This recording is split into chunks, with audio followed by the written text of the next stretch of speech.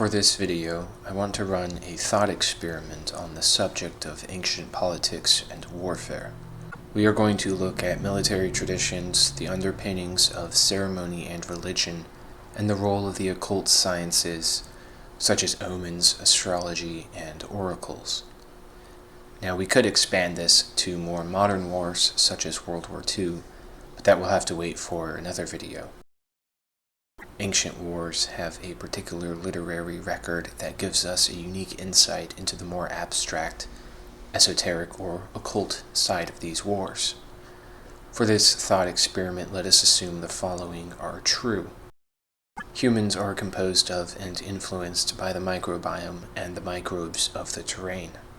These microbes follow the electrical and vibrational patterns of the stars, planets, sun, and moon. The motive and directive of the microorganism is not necessarily related to human events.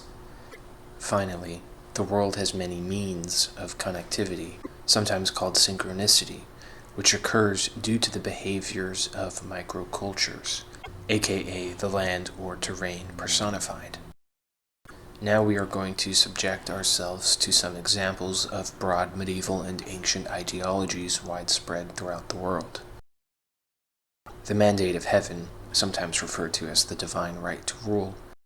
Everyone from Egypt to the European kingdoms to China and Japan and back to Mesoamerica all believed their rulers and dynasties were appointed by the heavens. One could not be considered a legitimate ruler by the people without this mandate.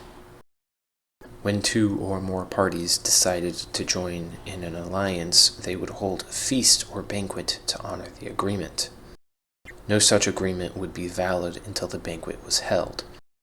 It was the sharing of a meal that forged the communal bond between two factions.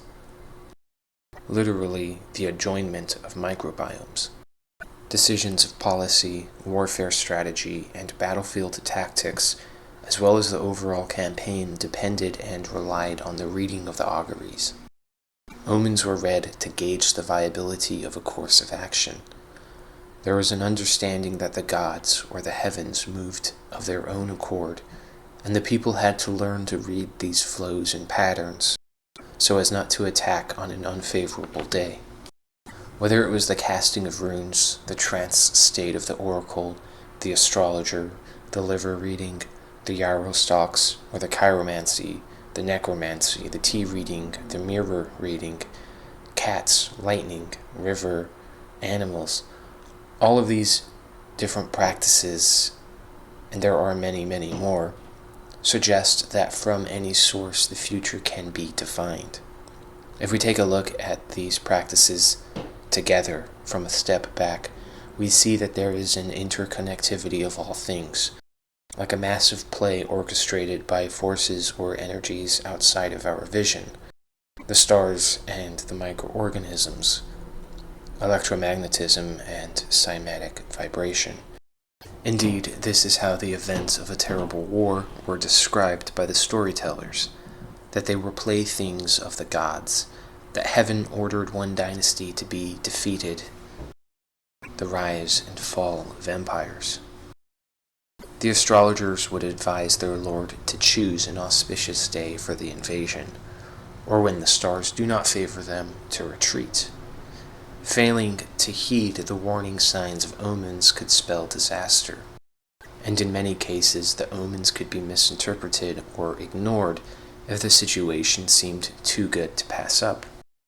But do not confuse this with determinism. They believed that the heavens and the gods favored the bold. Nothing was set in stone. Heaven could be changed, and so the course of fate could be as well. These astro-microbial forces move in their own patterns for their own reasons. Divination is the ability to sense these movements and to act accordingly. In this way, divination or omens can be read from any and all things.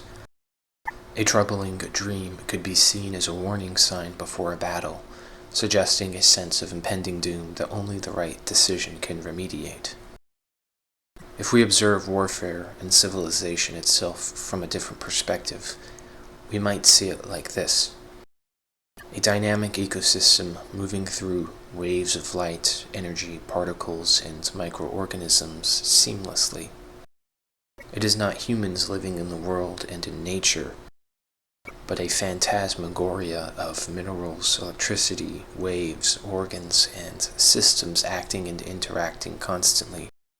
The way a city, a motherboard, an ant colony, a slime mold, stars in the night, and so much more form in like patterns. Take the food chain and reverse it. Microbes are at the top and everything falls into place thereafter. One could even put the stars and stones above the microorganisms. Perhaps, in this way, the sentiment of feeling that war is in the air, or the land is bleeding, or the stars have decreed, or a fever of zealous inspiration possesses an entire people and war is raged, can be understood. The longer a dynasty rules, the sicker it becomes.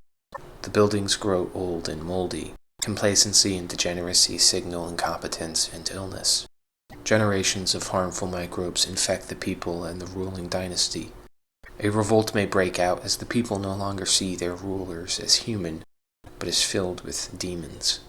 In some cases, a neighboring or foreign civilization will appear evil, and all problems are blamed on this group, and war is fervently waged. Violence grips the people and spreads like a plague. But suppose it is a plague of sorts, a microbial circumstance altering the behavior of an entire landscape and therefore its people. The fortune or misfortune of a civilization always falls into a spiritual issue by the people. They are too degenerate and sinful, unclean and disrespectful. Sacrifices are made, people are blamed. Tensions rise, and aggressive behavior is exacerbated as the cycle of the sun and moon, planets and stars influence the very microbes bred by such a lifestyle, from the food and water to the air and house, clothes and guts of everyone. The old dynastic buildings are burned, their people executed, and the regime changes with prosperity following for many years after until the cycle repeats. The gods are capricious and benevolent. The gods are the personification of the interaction of astrology and microorganisms, of cymatic patterns and their effects on the behavior and growth of the microscopic. Wars are fought in the way one might expect a mass of bacteria to fight another mass of bacteria. Herds of creatures clashing in brutal conflict. The behavior of a crowd or mob or army becomes its own singular identity. The omens are read, the rituals prepared, ceremonies acted out, and sacrifices offered, and then the battle ensues. The scholarly or historical reaction to all these behaviors of ancient warfare is usually dismissive, as primitive or superstitious people doing anything they can out of fear to get the upper hand, appealing to forces which do not exist.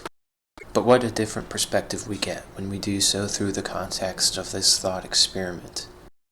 I encourage you to read any of the following stories within this astromicrobial influence.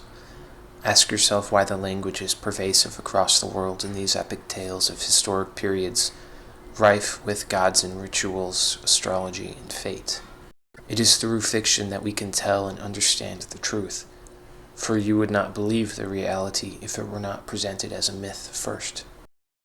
And through these myths, we can reconstruct a narrative that involves forces beyond just the human form, one in which the stars and the land itself push and pull these lords and generals, heroes and warriors, by the fate strings connecting everything to each other.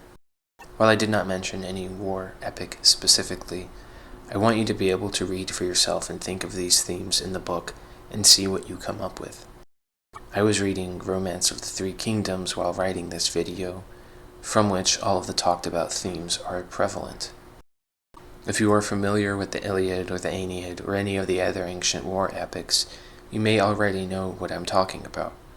I will break down specific chapters and lines in a future video to demonstrate the actual literature.